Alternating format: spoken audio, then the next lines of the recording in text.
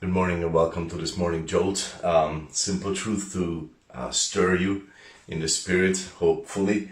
And next few days, I want to talk about this idea that this concept, this statement.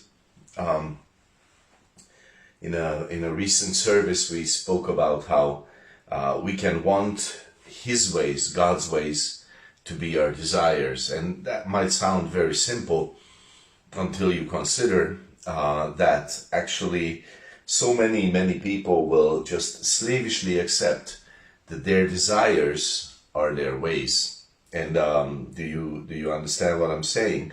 I can instead want His ways. I can want His ways to be my desires. But usually we as people just accept our desires as our ways, and this is going to be my way, my desire, my way, instead of His desire being my way, and then that will influence and direct me in a very different path. So this is, well, I think maybe the best depiction is in well, not best, I wouldn't say that, the most horrifying maybe depiction is in Proverbs 5 from verse 3. It's a sad and painful illustration. From the lips of a strange woman drop as a honeycomb, and her mouth smoother than oil.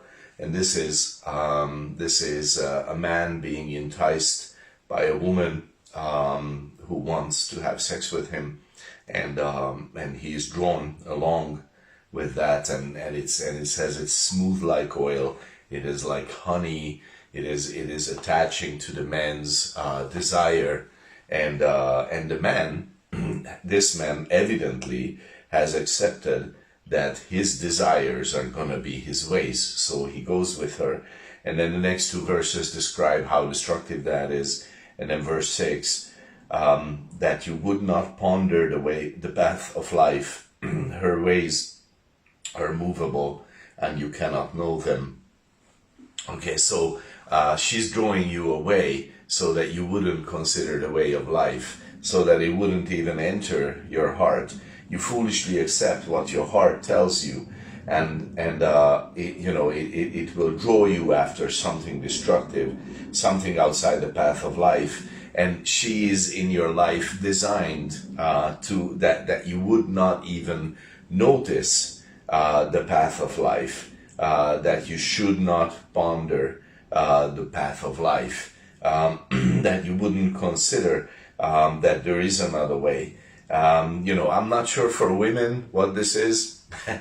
Maybe we could say it's bags or shoes. I'm sorry, I'm joking, but I know for men, a pretty woman on the outside enticing you, that's like the big deal. That's why Proverbs uses this illustration, and this is so key, because if I let my desires just by default be my ways, then I am failing. I'm going to be failing in life. This is the exact opposite of what Proverbs 4:23 says, where he says, guard your heart diligently, like do not let your desires be your way.